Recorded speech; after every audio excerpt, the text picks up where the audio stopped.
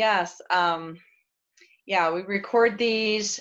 Um, Usually Heather sends out the PowerPoint with the recording. So don't worry about that. And of course, you can watch the recording again. So I go through the PowerPoint in case you can't see my PowerPoint because you're doing something else and you can't see the screen that I've shared, then just know that you can have that PowerPoint. And all the references are usually in the back. I usually, what my kind of mantra is, oh, book review. It's like, here's a book, here's a concept, or here's 3 books, and I put them all together in an hour workshop. So this is definitely Stephen Covey's Habit number 5. It is in my top 5 books, or, I kind of do top 5 authors, and he's always been in my top 5. Habit 5 is my favorite. It's just my preference. In undergrad, I took, which is my undergrad is CFLE, which is a Certified Family Life Educator, and I took this course. So I got certified in Covey 7 Habits. And here's my little book, and it's I wrote the date in it. I'm like, okay, I did this in 2010. So 10 years ago, it's like goes, when I was, I was a late bloomer and going to school. But first things first, and of course, 7 Habits of Highly Effective People. So it's just, and then I turn it into a parenting. It's like, of course, if we can't understand this concept, this habit, it's really hard to be a parent and help our teenagers. And when I reference a past webinar, you can just jot that down and say, oh, I want to go watch that one. So the last month's was Brainstorm by Dan Siegel. And so Dan Siegel talks about the brain and how to understand the teenager or the adolescent's brain. So of course it's like, oh, well, this has to go along with it. Now here's the brain, and we understand what the brain is what's going on with the brain. And then here's how to seek to understand first before you're understood. So it's like, oh, well, this is super important coping skill and need. I believe that it's one of the most, if not the most important skill that we have to acquire to be influential, to prevent all the shame bullying that's going on. And to incorporate empathy. And I'm going to get through all of that. So, of course, here's the BH benefit, Blomquist Health benefit. A little bit of that is right there. I've gone over it. So this is what we're going to go over today. So I've added number 1 and 2 myself, because I always go backwards before I go forward. So it's like, here's space and desire. So the recipe for understanding this concept, and to seek to understand first before you're understood with a kiddo, with anybody. This is just for any kind of thing, any relationship, any job, a complete stranger. It doesn't really matter. And so first and foremost, number 1, space. I'm going to go over that. Desire. We have to have a desire to seek to understand. And that's really tough, because when you're working with somebody that doesn't have the desire, the teenager that doesn't know how to seek to understand first before they're understood, with something. This is a skill that teenagers and adolescents need to understand so they can move through life and be successful. And so if any of these can be shared with an adolescent, they're all really good information, especially the brainstorm that I did last month, because that book is for the adolescent and the parent. Number 3 is value and respect. I just, it's like, here's value and here's respect, two really important words. And 4 is empathetic listening. And 5, he talks about mutual understanding, and that's the goal of getting to mutual understanding. So I'm going to go over all that. This intent to listen over here, seek to understand, skills to reflect feelings and words. Okay. So here's the intent. That was the space and desire. the intent to listen, because you got to have the intent first and the desire. Then we got to go into the skills, which is the empathetic listening. And so to be understood, you have to seek to be understood first, and then plus the skill, state your point of view in iMessages. So that's just a little display there, little picture off of his website. So I'm going to stop and I'm going to try to stop share this, and I'm going to share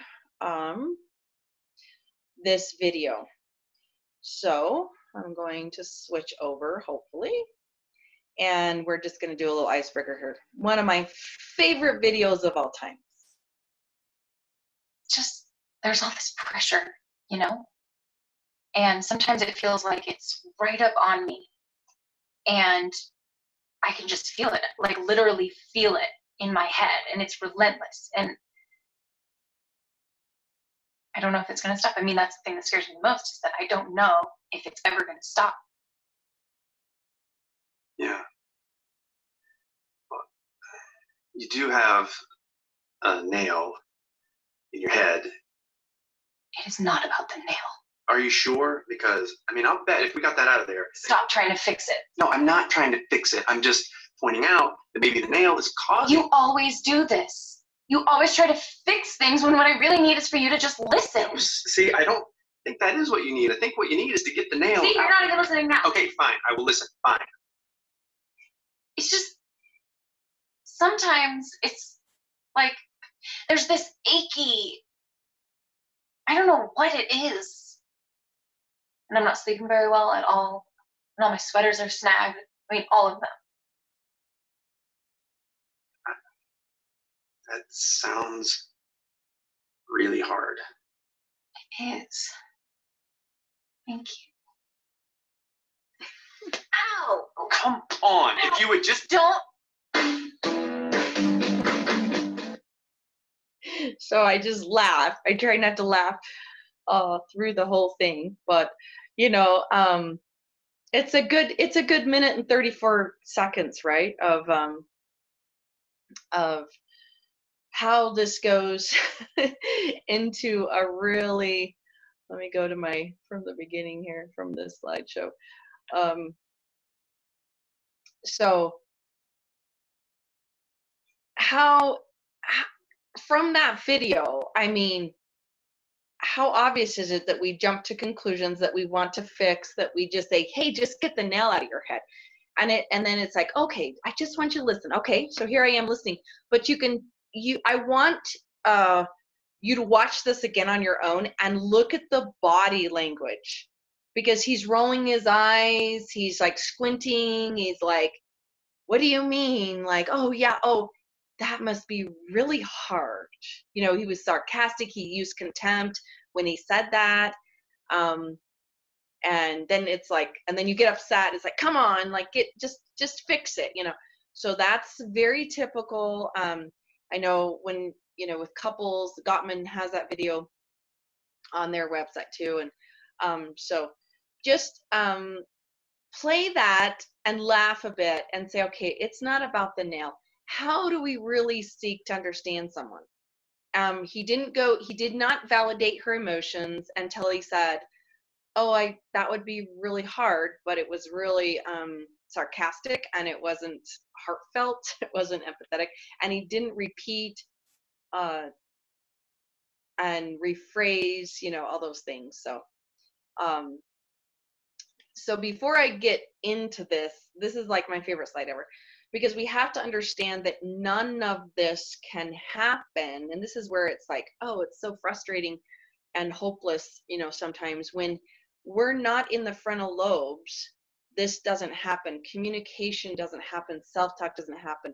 Two people can't have a relationship and a dialogue if you're not in your frontal lobe. So just remember that we have to be here. And that's why I went way backwards and says, oh, we've got to create a safe space for this to happen.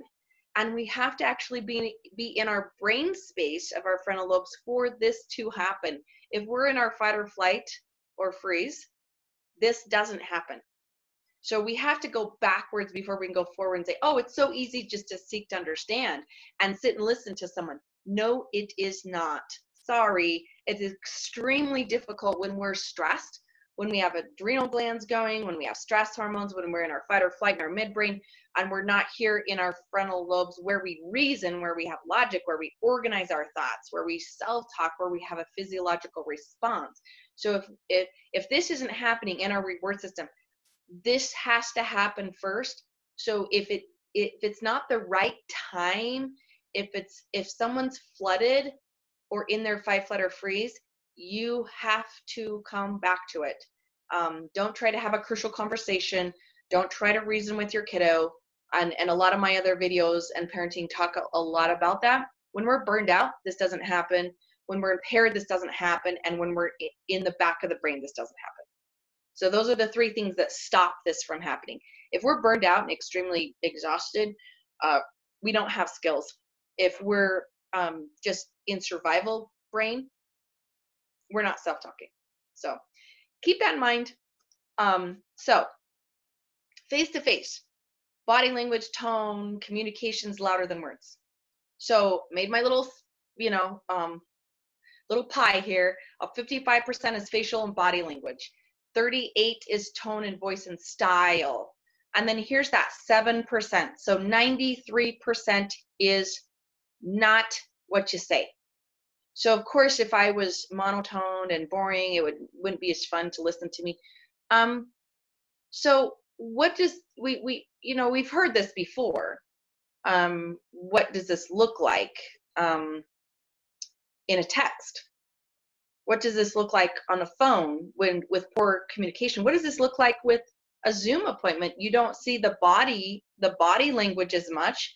So when I'm doing Zoom appointments and meetings or therapy, I mean, it's better than phone because you're getting a little bit more body language, of course, but you can hear the tone. You've got to hear the actual style of the voice. And so if you can see the person, of course, you can know that they're having emotion in their face. In a text, you get zero of that hardly, right? You get words. So you're getting 7% of communication, if even that, in a text. And so just know that that's another point that I wanted to, I would love to discuss right now, all that, together. When's the last time you had a really misunderstanding in a text with your kiddo or with your teen or with your husband or with your wife? Or, I mean, there's so many things that we read into and we jump to conclusions very fast. And thinking, that's a thinking error, by the way. Then I'm going to teach that in the next few weeks. A whole class on just thinking errors, because we jump to conclusions. We mind read or fortune tell. And so that messes up our communication style. We jump to conclusions. We're not empathetic. We're not doing any of this skill. So space, like I talked about. So number one, space. That's it. Think about space. There's space in between things. There's space in my office. There's space, bigger spaces that I go outside. My porch is a bigger space. You have to ask, is this a good time? You have to be in the present. So like I said, that's way, way back before you seek to understand first. We got to go clear back. So I've added that into this presentation. I mean, he doesn't talk about that much. He doesn't say, oh, get in a good space and be present, and then you can seek to understand better if you're present. Because remember, this is your frontal lobes where you're present. In the back midbrain, you're not. That's survival brain. So however you want to do that, I'm not going to spend too much time on that. It's just, is this a good time is always a good question. When is a good time? That's why I have families do hot topics that are scheduled.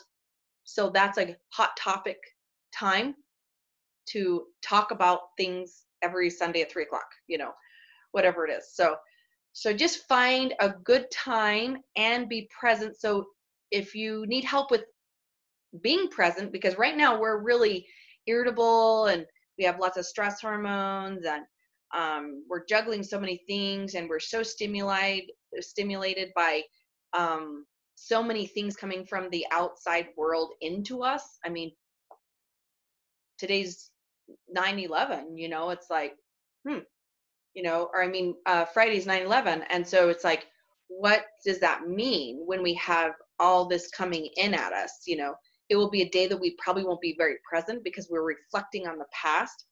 So things like that, just things are coming in all the time.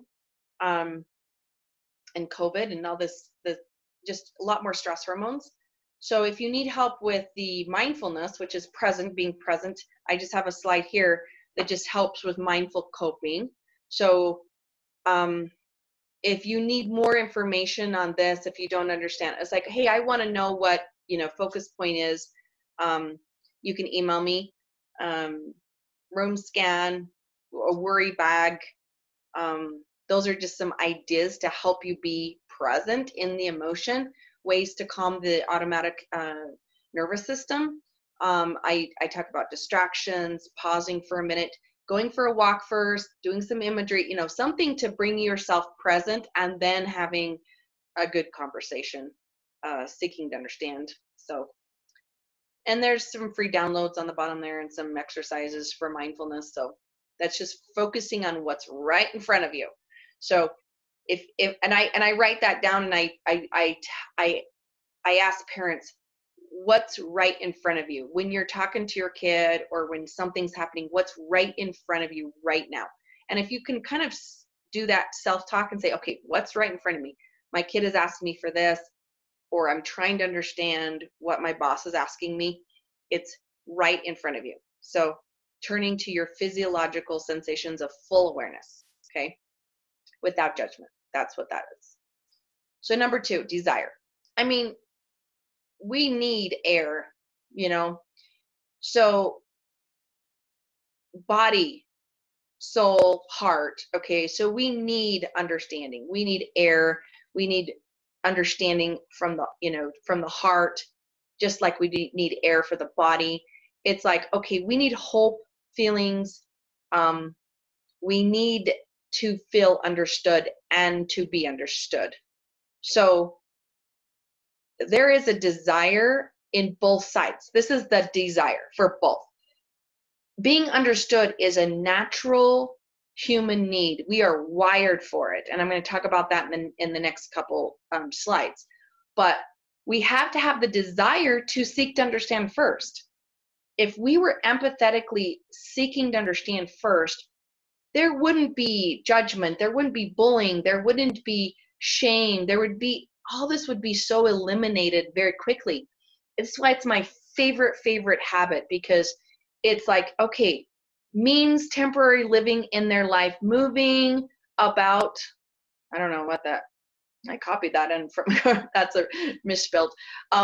Without making judgment, to be with another in this way means that for the time being, you lay aside your views, your values you hold for yourself in order to enter into the other person's world. I mean, look at what we're kind of teaching our kids and what's happening right now. Are we doing that? Can we lay aside our views and our values? Now, that doesn't mean not have boundaries around your values. It just says for the time being, you can set aside your views, your opinion, your judgments, your prejudged, your demanding, views, so you can seek to understand someone else in a gentle way. So love that. So the way of being with another person empathetically is that. So it means temporarily living your life in their life, and being empathetic, not sympathetic, empathetic. We get those mixed up. Empathetic is the right way to do it, with feelings and hope and a real desire. And sympathetic is like, oh, you poor thing. That's like, Brene Brown's quote right there. Sympathetic doesn't work. Empathetic does. So values and respect. So how do we value this You have to, of course, have a value over habit 5 of how to seek to understand. So now we have a value and a respect for someone else after we get past 2. So we have a desire. Oh, now we value and respect this person enough to be in their space. Number 1. Then we go, oh, how am I seeking to understand? So love and belonging is a human need. I could get into tons of research on that. Maslow's hierarchy. Love and belonging is 3 steps up from here's your physiological needs, here's your safety, and then here's love and belonging. So it is a human need, but it's 3 steps up. So it's like, okay, how do we get to love and belonging? I believe that you cannot feel loved and belonged to something or somebody until you feel understood first, because that's safety, okay? So we have to start with safety because of Maslow's hierarchy of here's our physiological needs. We need food, shelter, and water first. And he forgot health insurance. We need health insurance. So we, because in the 50s, but yeah, that's a whole other story. So it's like we need these needs, okay, done first. Then we need to feel safe. The only way you feel safe is if you feel understood and if you have power in the situation. So when I'm working with a couple or a family, it's how do we provide safety? Here's safety, and here's my little chart. Safety, understanding, and power. So if you feel understood, you feel safe. If you have power over it, you feel safe. So we have to have understanding first before we can move up to love and belonging. So Brene Brown has a book on braving the wilderness. That's how we feel like we belong. Okay. There's lots of people, lots of authors that talk about love and belonging, and it's a human need. But I'm saying, wow, let's go backwards. Covey saying we've got to feel understood first. Maslow says we've got to feel understood first. So before we can go, because I tell people in my groups that I taught all the time, I said, you know what? When I teach this concept and this habit, I say, you know what? I bet you anything that I don't even have to love or like you, but I guarantee you want to be understood first before I love and like you. So think about that. How do we help people feel understood? Because that's safety. So if you understand your own shame cycle, which is the next little bullet point here, is that then it helps us stay out of our own shame and our own problems in that. And seeking, if we're in a shame cycle, we cannot seek to understand, because the opposite of shame is empathy. And if we're in empathy, we can't be in shame. And if we're in shame, we can't be in empathy. So it cannot blend. So to my mind, empathy is in itself a healing agent. I love that. We could just stop there and be done. Empathy in itself is a healing agent because it releases, it confirms, it brings even the most frightening person into the human race. If a person is understood, he or she belongs. So what that says is they feel safe. So when we don't feel safe, we go into our fight or flight. So that's why our kids go straight into fear mode, go into fear brain. And that's why we've got to pull them out of shame cycle, fear brain, and say, you know what? You belong. You're safe. How do I get the frightened person to go into I feel loved and belonged? The only way you can do that is that child or that person or us have to feel understood. So I hope that all makes sense. It is so crucial, and that's why I'm telling you I love this habit, because it's so essential for that. So here's a little bit of shame, how you used it in your childhood. When you get to a place where you understand that your love and belonging and your worth is not, it's just not, your worthlessness is not a birthright. It's something that you've had to earn. You don't have to earn your worth, and you're not worthlessness. You don't have to earn your worth. So when did you feel valuable, vulnerable, When did you feel worthless? When did you have courage in your childhood? When did you not? Who inspired that?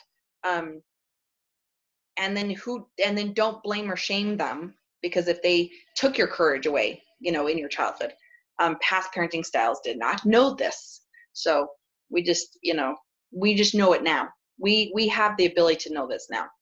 So we've got to go into our own shame cycles so we can go into the next step, which is empathetic listening. And if we are in shame, like I said, we cannot go into empathy. It's impossible to have them in the same space. So this is so crucial in the shame part. And I've referenced all of Brene Brown's books, of course, in the back of this, and so you can go into that more.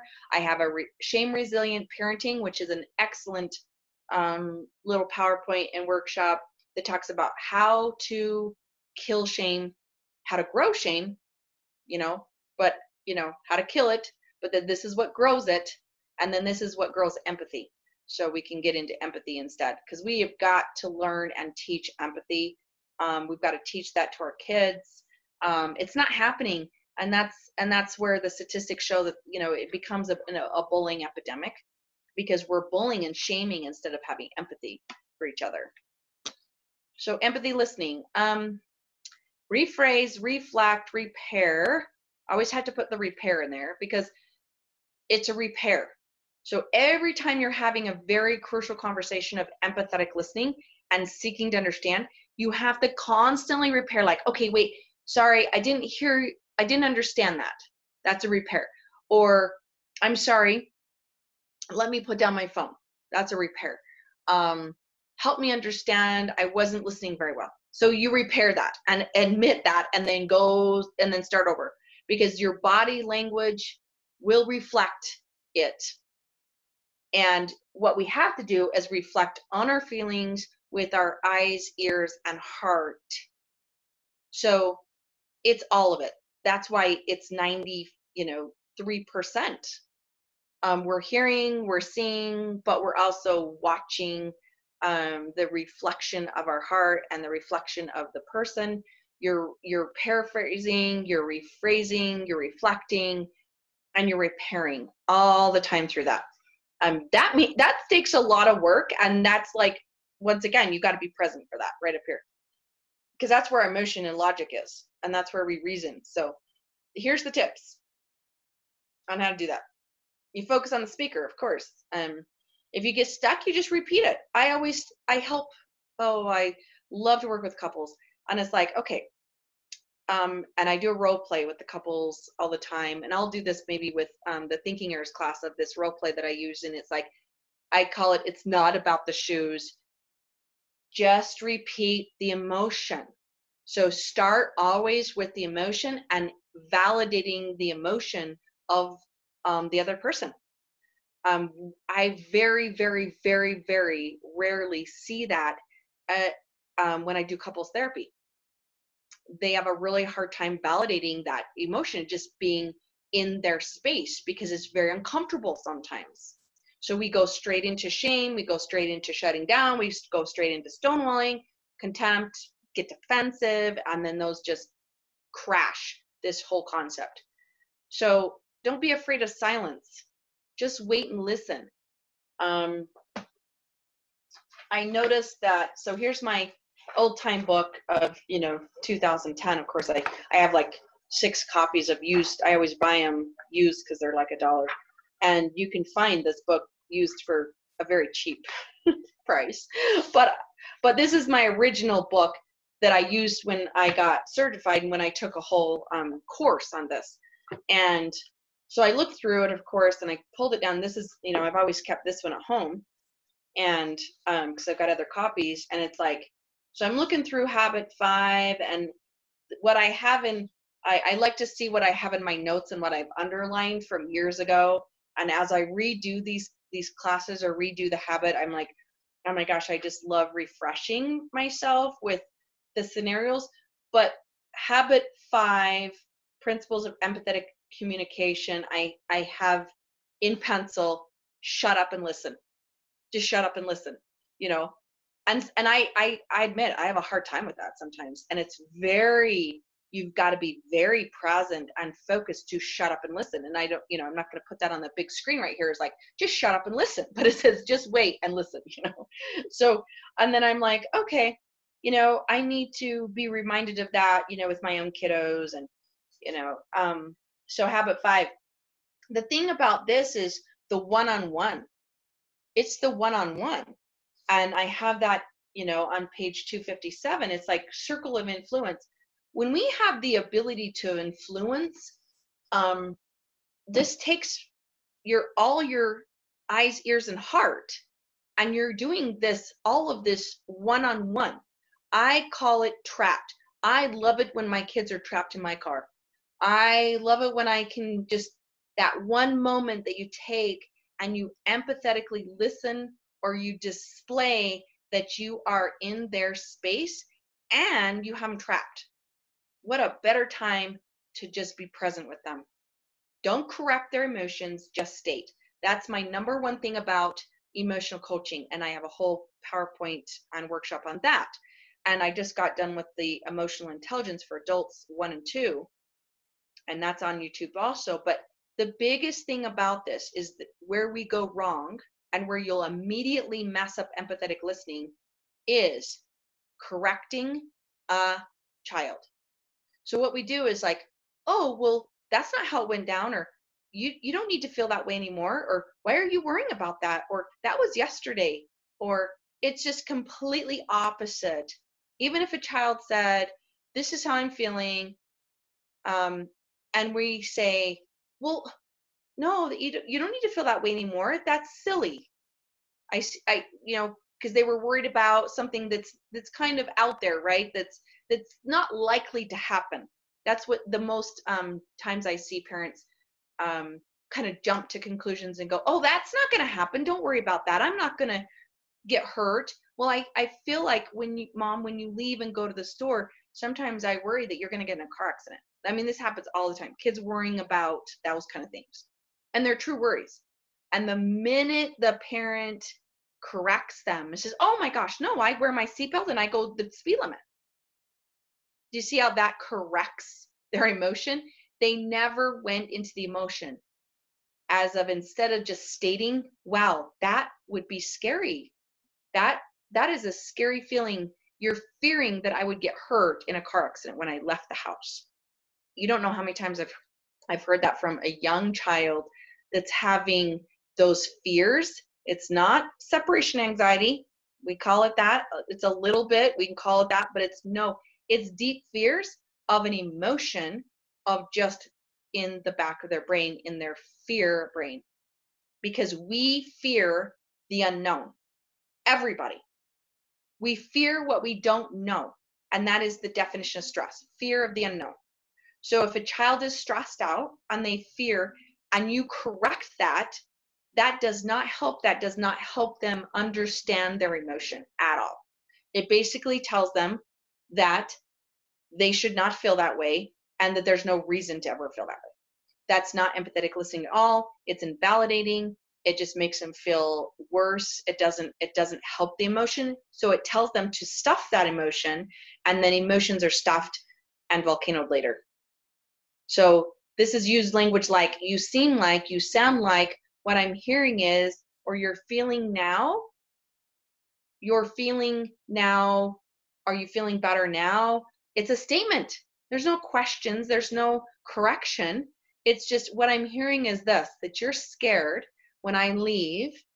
And then if we go, oh, you're scared when I leave the house, but that's not going to happen. I won't get in a car accident because I go the speed limit and I wear my seatbelt. Oh, okay, never mind. I'm not scared anymore. That doesn't happen.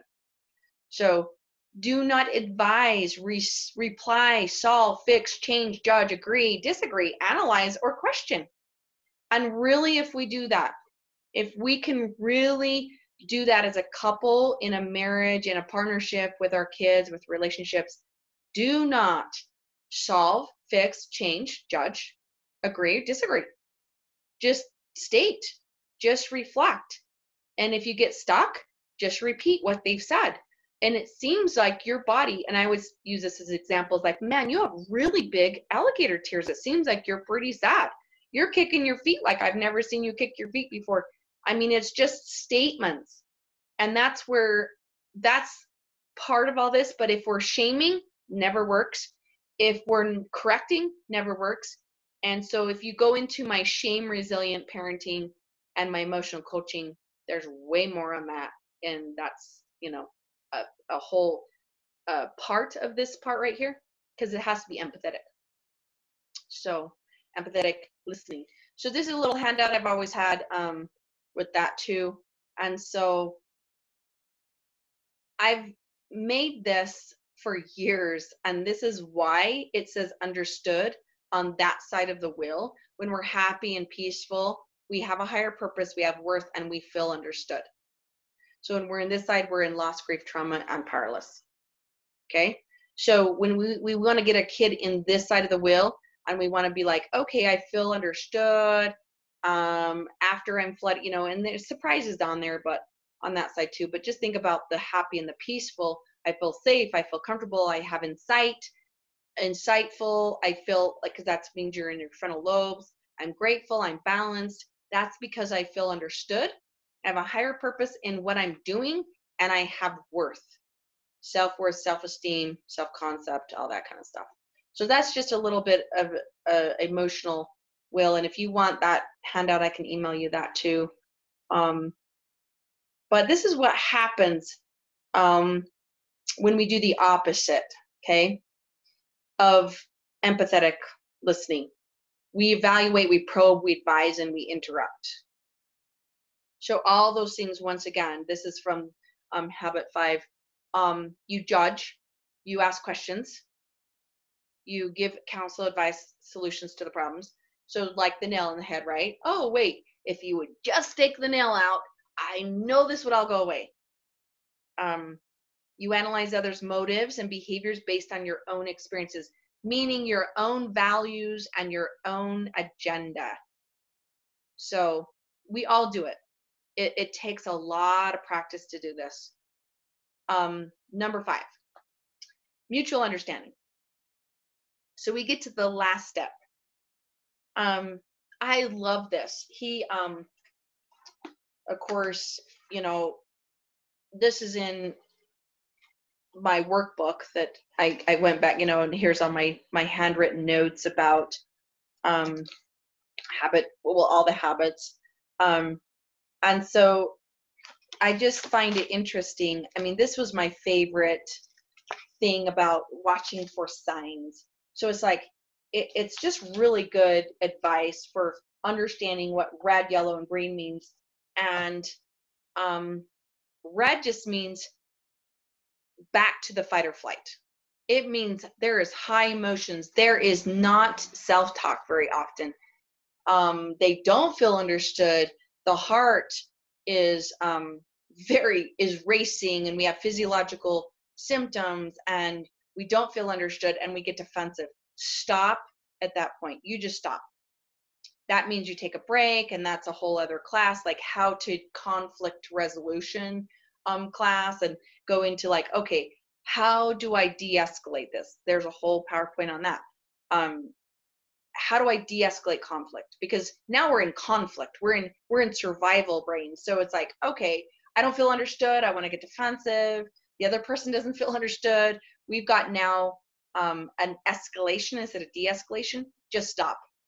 We don't work with high emotion. We don't work well. We don't have coping skills. Gottman says all your skills will go out the window. I can teach you communication skills for a couple, but they'll go out the window. So that's where we have to say stop. And that's where it's just a red light, and I'm going to take a 10-minute break. I'm going to take a timeout. I'm going to take a 3-hour break. A timeout's, the rule is a 10-minute to 24 hours. So if you need 24 hours, then come back to it because I don't feel understood.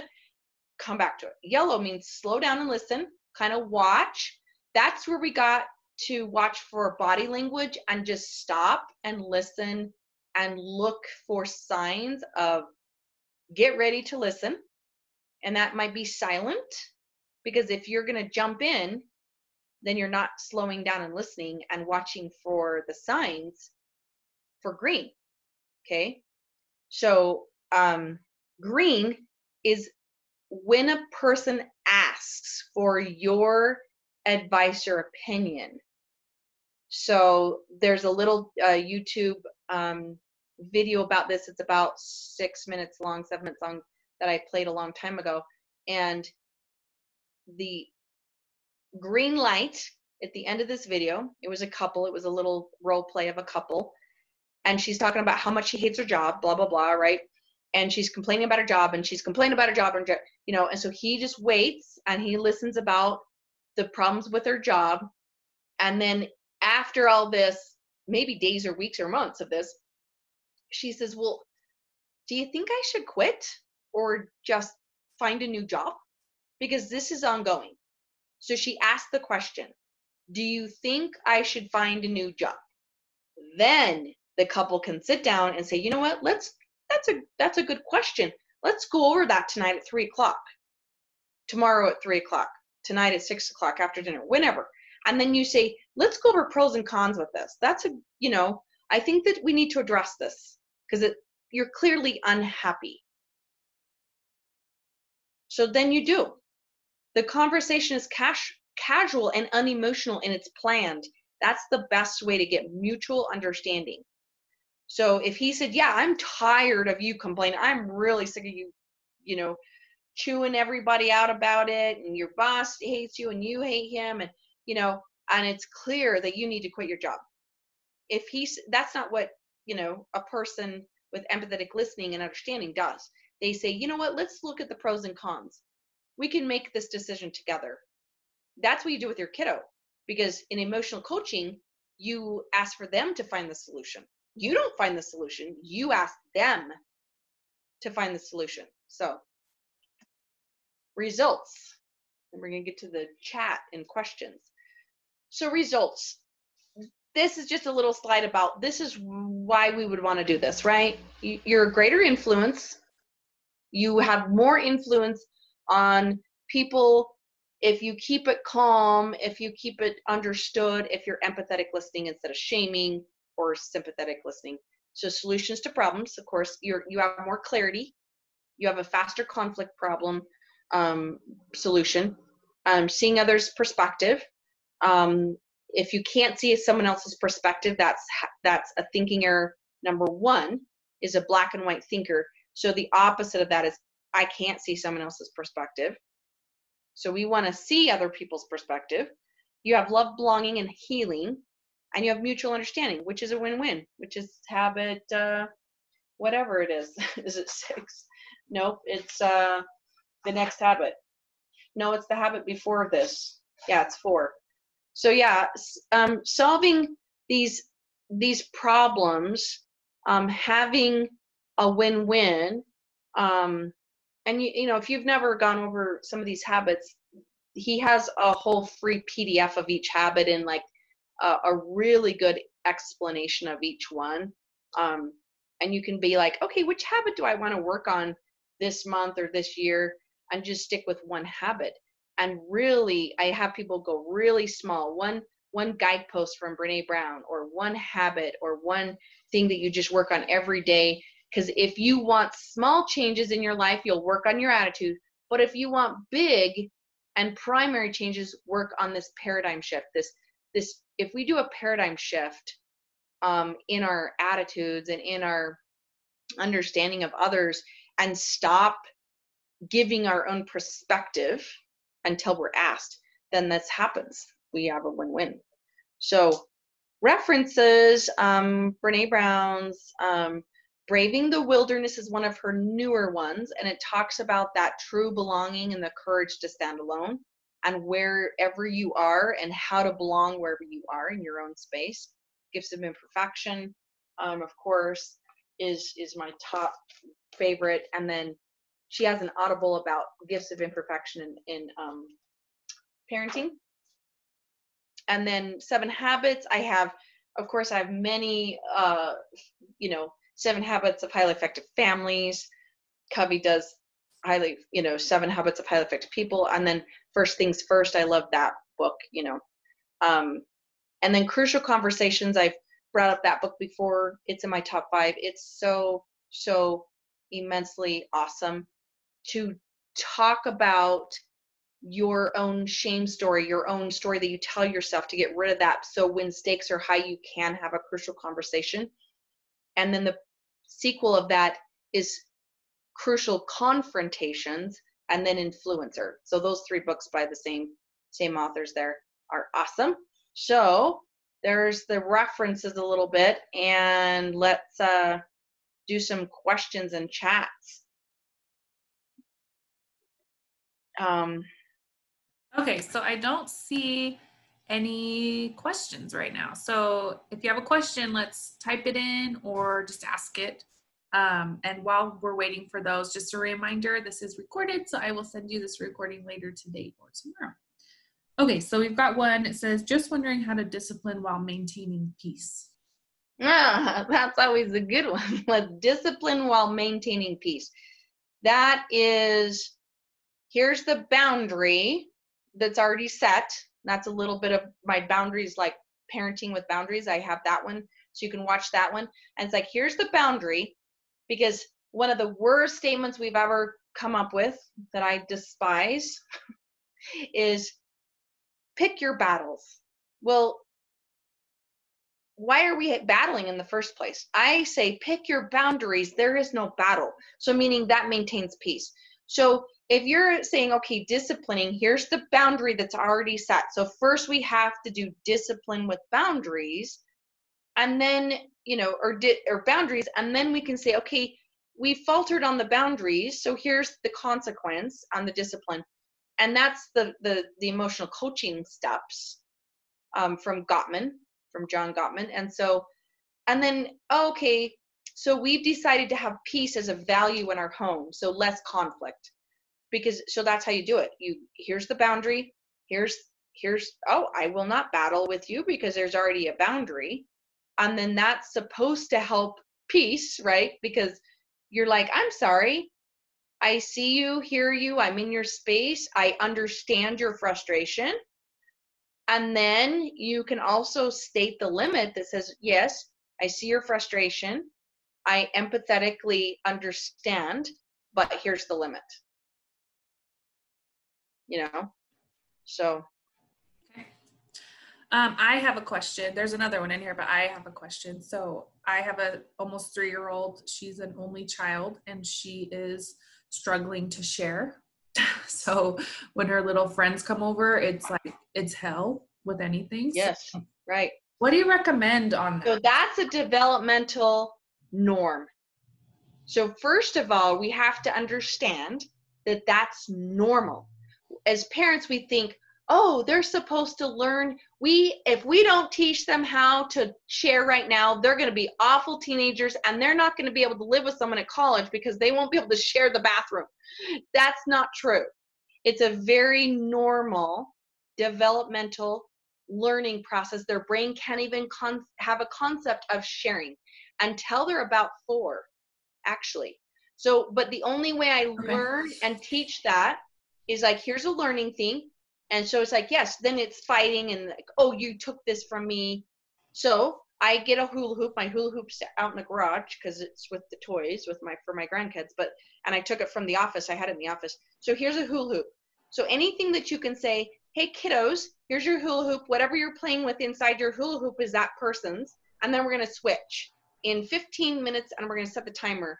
So you're teaching them to delay gratification.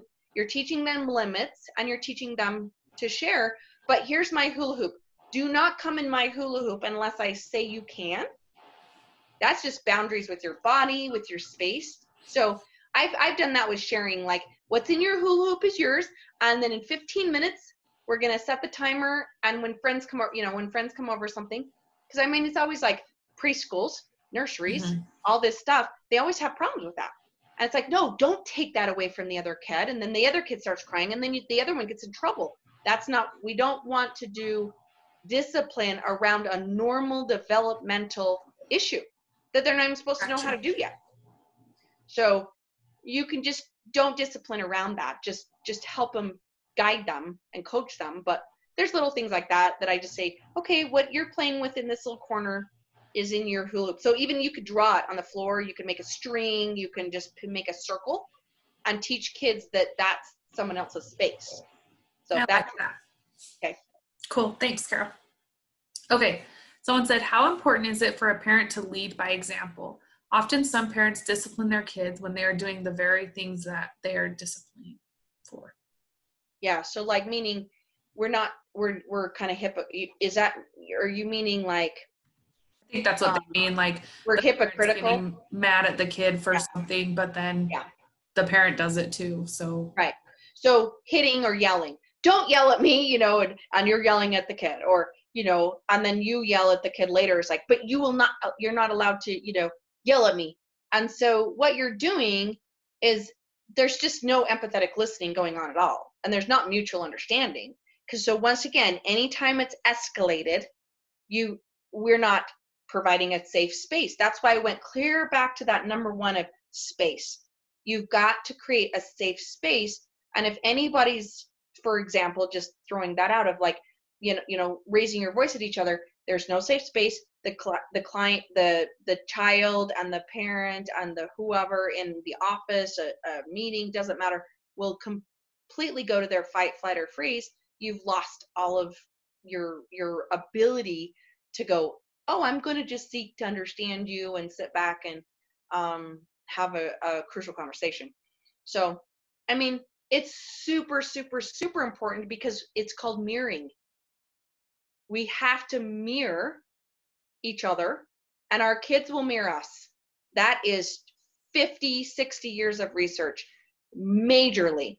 Mirroring is very important. Even babies, very young, mirror their parents. They have no identity until they're about 9 months old. They don't know the difference between them and their mom.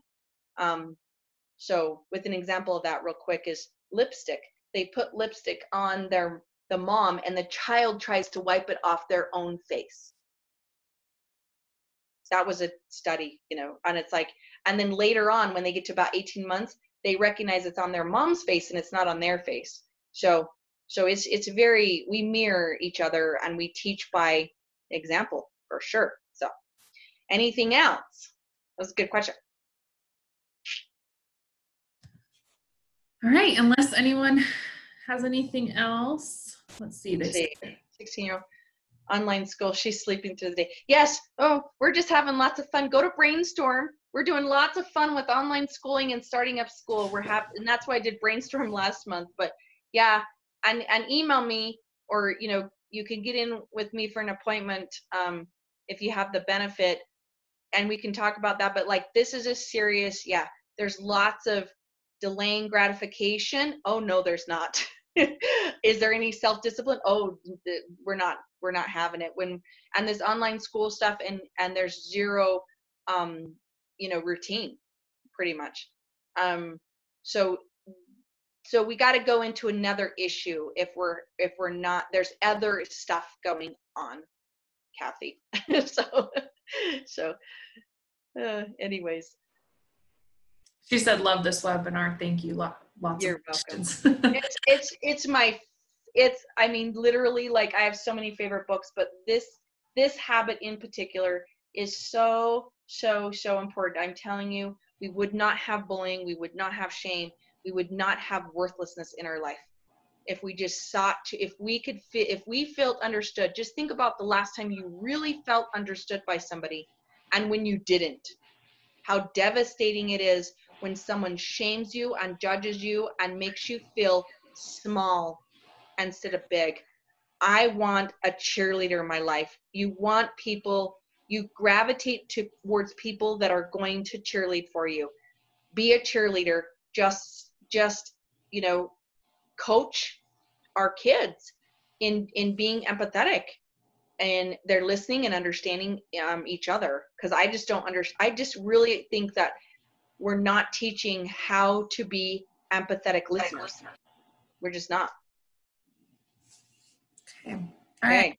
Well, that's all we've got. So like Carol just mentioned, if you do have our benefit, which I think most of you do, you're more than welcome to schedule an appointment if you'd like to see a therapist, or if your kids would like to see a therapist. So you can do that by calling our office, or you can email me and I can just send me your phone number and I'll call you and get you scheduled. So, and my email, like I said a couple times, like if you need something or one of these extra handouts, it's on the first slide. It's just CARYL, Carol@blomquistel.com, by the way.